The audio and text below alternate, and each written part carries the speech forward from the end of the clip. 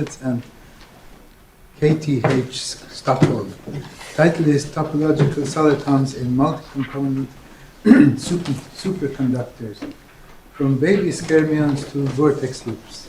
Yeah, so the title has a bit changed, so there will be nothing but vortex loops, but yeah. Oops. Okay, so I will discuss some new kind of topological solitons which appears in three-component superconductors, and they are baby-Skyrmions, and they are related to topological charge of CP2. So it's work with several people. Most of them are here: Igor Babaev and Martin Speit, and Johan Garaud, which is still in Stockholm.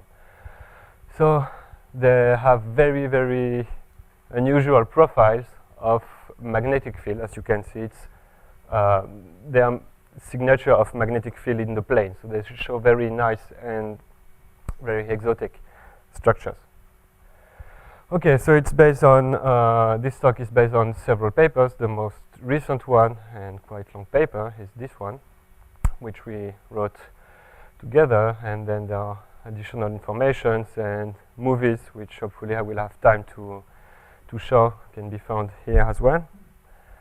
And okay, so first let me go quickly on motivation. So there is growing interest in multi-band or multi-component superconductivity. And it's related to the fact that there are more and more material which are discovered to and believed to be described by multi-component or multi-bands. In particular, these new materials could maybe be described by more than two components. So let's say three complex scalar fields. And related to these materials with higher number of complex field, of higher number of order parameters, it is there are possible states which break time reversal symmetry, and I will elaborate on them, but original ideas are from these papers. And also this kind of systems described by three components. They can be also artificially realized by superimposing bilayers of superconductors with different pairing symmetries. So for example, bilayer of a superconductor which is described by two components with an ordinary S-wave superconductor, and then you can, in principle, engineer a three-band superconductor.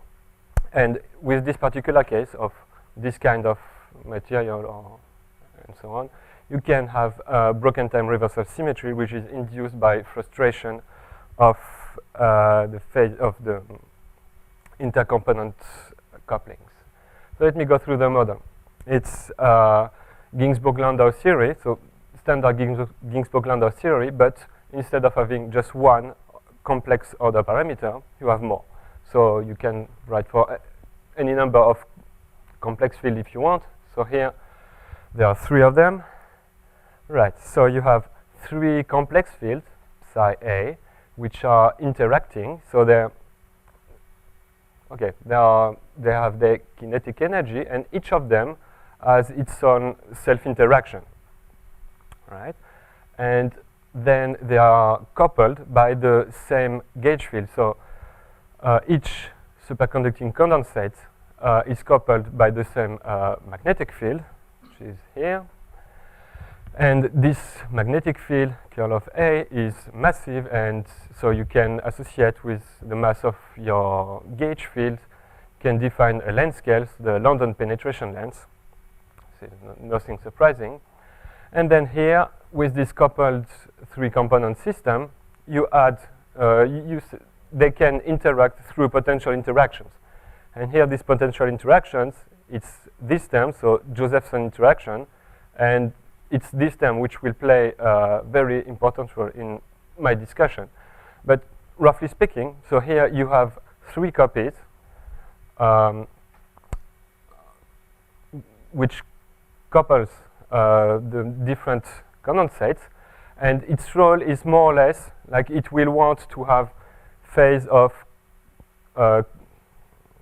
of condensate A and phase of condensate B to be either locked or anti-locked, so either 0 or pi, roughly speaking, depending on the sign of display factor. Okay, so first, the elementary excitations in multi-component superconductor, as Igor Babev already mentioned earlier today, is fractional vortices. So what is fractional vortices? It's you have several superconducting, you have several complex fields, and the elementary excitation is winding in only one given complex field. So let's say here I have my complex field psi1, which has winding 2 pi, and the two other guy has no winding. Then associated with this winding, this particular condensate will carry one fraction of the magnetic flux, right? Phi 0 is the unit flux quantum. And yes, the only states which have finite energy is the state where all three components will have the same winding. Otherwise, you will have divergent energy. Particularly if you have no Josephson couplings, energy is logarithmically divergent. And if you have Josephson coupling, it's even worse. Energy is linear. Energy per unit length is linearly divergent with the size of your domain.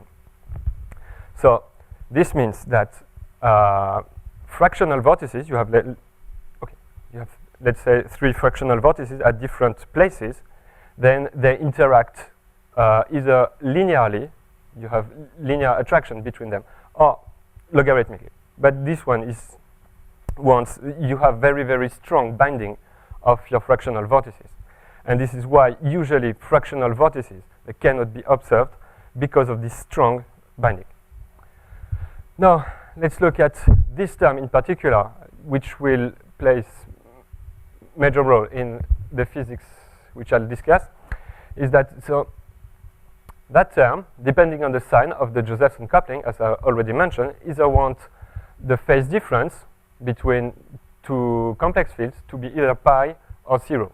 So if all Josephson are positive, it wants all phases to be 0, and then there is nothing really interesting. But on the opposite, if all these couplings are negative, then all phase differences want to be pi, and this cannot be satisfied. So if this cannot be satisfied, we say it's frustrated, because all individual Josephson terms cannot be satisfied independently. So a simple example is for these particular values, which don't really matter, you find that you fix one phase, and then you compute the minimal of your potential energy. And then what you find, okay, I have one angle here, which is neither 0 nor pi, and one other angle here. But the point is, the energy will be invariant if I switch these two guys, phi 2 and phi 3. So you have Z2 symmetry, you have two discrete vacua. And yes, because of this frustration of the intercomponent Josephson couplings, you have Z2 discrete symmetry of your vacua. So you have two distinct vacua, okay. And let me show you with picture. So if all couplings are positive, you have all phase lock, and you have just one unique vacuum, and then that's more or less it. But if you have competition, let's say all negative, you have frustration, and then I'm not sure if you can see it, but believe me, you have one minimum of your potential energy here, and one other minimum of your potential energy here, which means that discrete vacua, and then you can have domain wall excitations, which will go from one vacuum to the other. It's quite standardistic. So now what about domain wall? In this particular regime, where, okay, I will mention a bit later why we call this term reversal symmetry breaking. Oh no, let me tell it now. So your free energy is invariant under complex conjugation. But the ground states, they are not invariant under complex conjugation, because this guy, if you apply complex conjugation, will go to this guy. So the ground state explicitly breaks this time reversal symmetry. Time reversal symmetry is the invariance under complex conjugation of your theory. Right, so you have domain walls because you have two discrete vacua, and then something which, like more or less, anyone knows, you have the energy of the domain wall is proportional to its length. So it has linear line tension. And then in particular, if you take a domain wall, you close it, then because of its line tension, it will just collapse.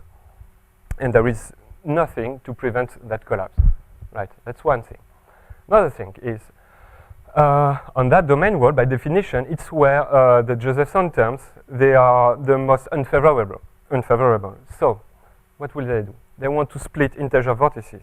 That means that if I have one domain wall somewhere and have one vortex here, this domain wall, it will prefer to attract the vortex, which lives on top of it, to decrease globally the cost of the domain wall.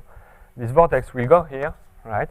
And since there are nasty phase locking terms, it will want to split fractional vortices along that domain wall to decrease the relative cost. And so that's the idea. The domain wall, it wants to attract vortices and it wants to split them.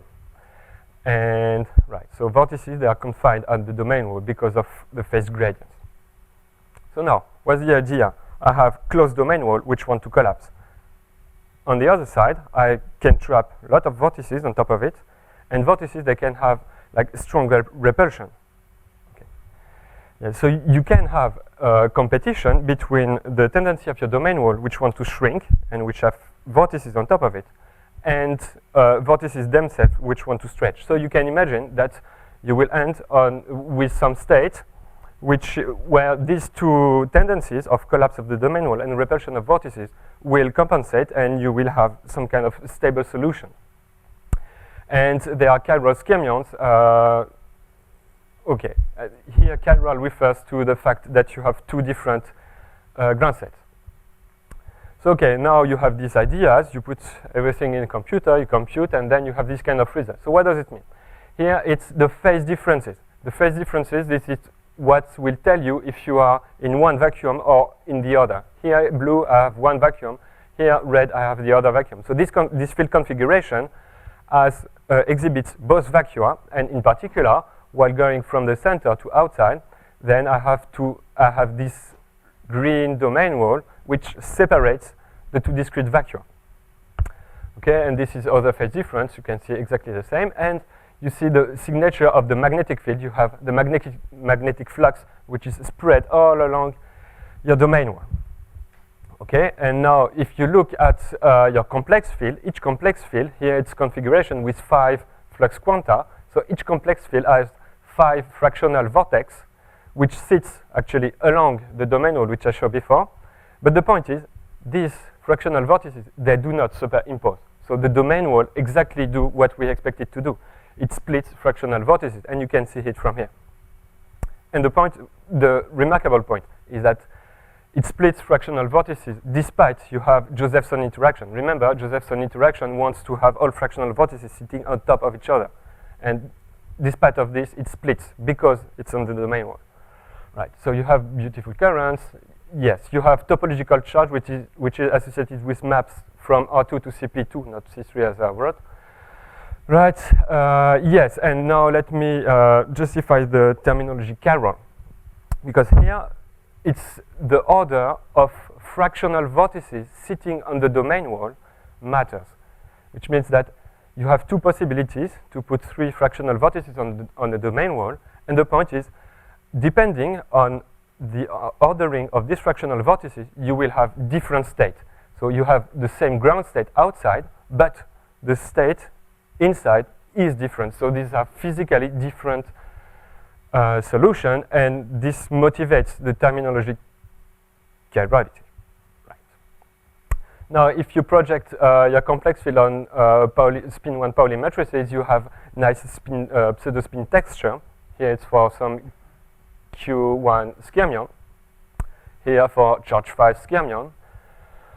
And again, they have very nice signature of the magnetic field.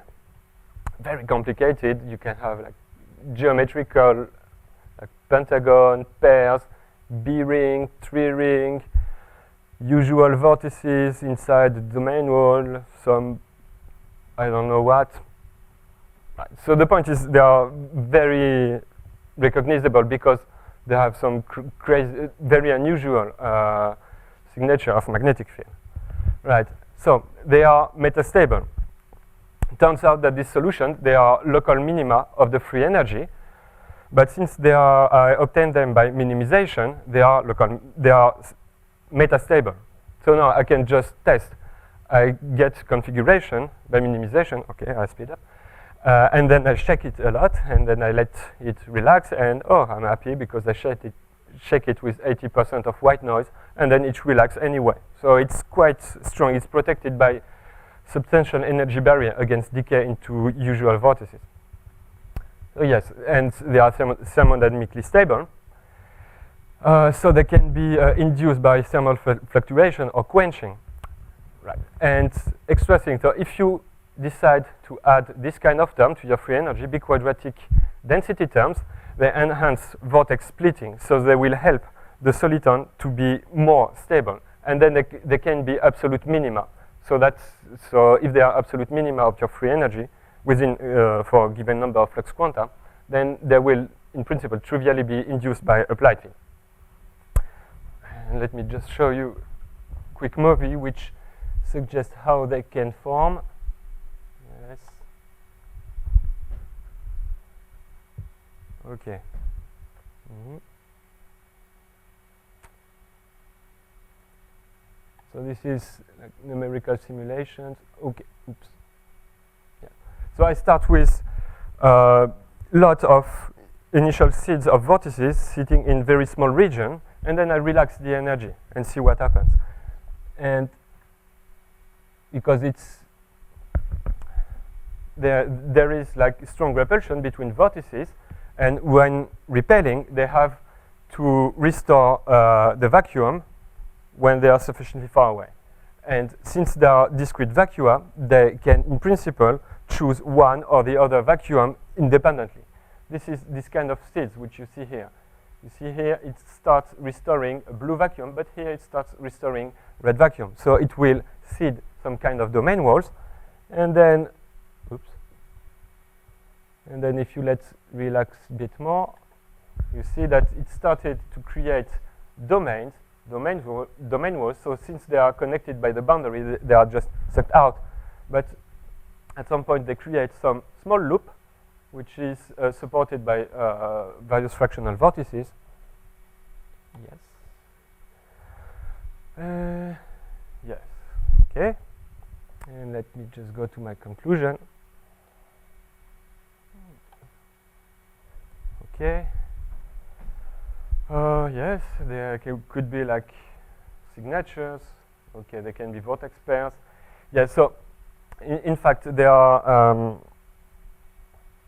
not particularities of this model. They exist also in models of two components where you have higher order intercomponent couplings, like chiral p-wave superconductors. You can have also this kind of thing. They are very, very, in fact, common structures, very easy to get. And okay, that's it. Thank you.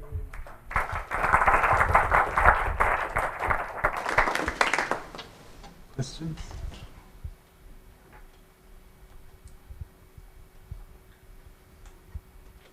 In which case, we will thank Julien again.